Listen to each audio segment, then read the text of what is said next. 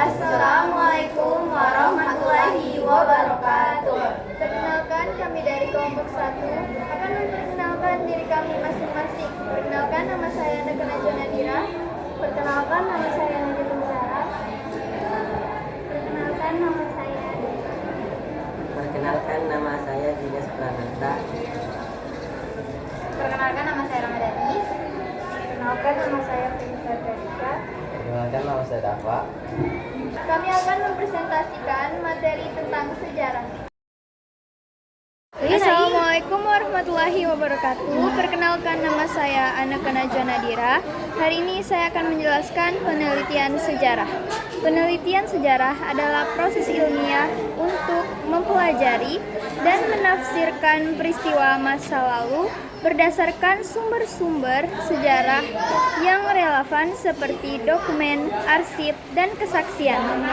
Perkenalkan, saya Zara. Saya akan melanjutkan materi dari Aneke. Tujuannya untuk menemukan dan memahami fakta sejarah secara kritis dan sistematis, menjelaskan pengertian penelitian sejarah dengan menggunakan sumber belajar yang relevan. Baik, Assalamualaikum warahmatullahi wabarakatuh. Perkenalkan, nama saya Faiza Trianisha. Saya akan melanjutkan materinya.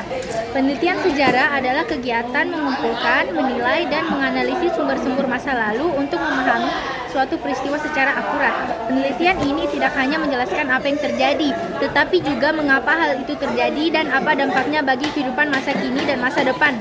Penelitian ini bisa bermanfaat untuk memahami akar suatu peristiwa, menghindari kesalahan yang sama, dan mengembangkan sikap kritis dan analitis.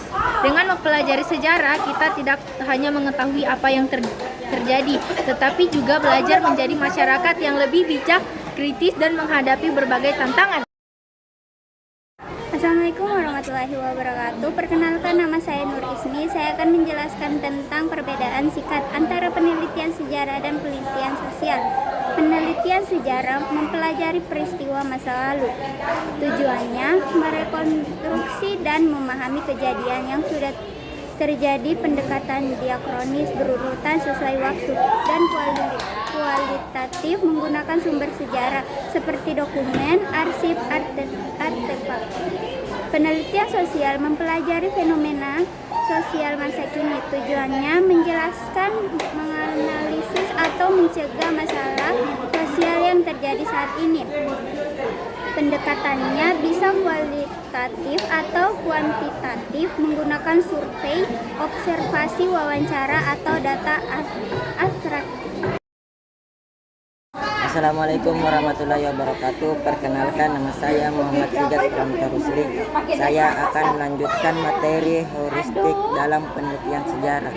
Sejarah adalah tahap awal yang bertujuan untuk menemukan dan mengumpulkan berbagai sumber sejarah yang berkaitan dengan topik penelitian.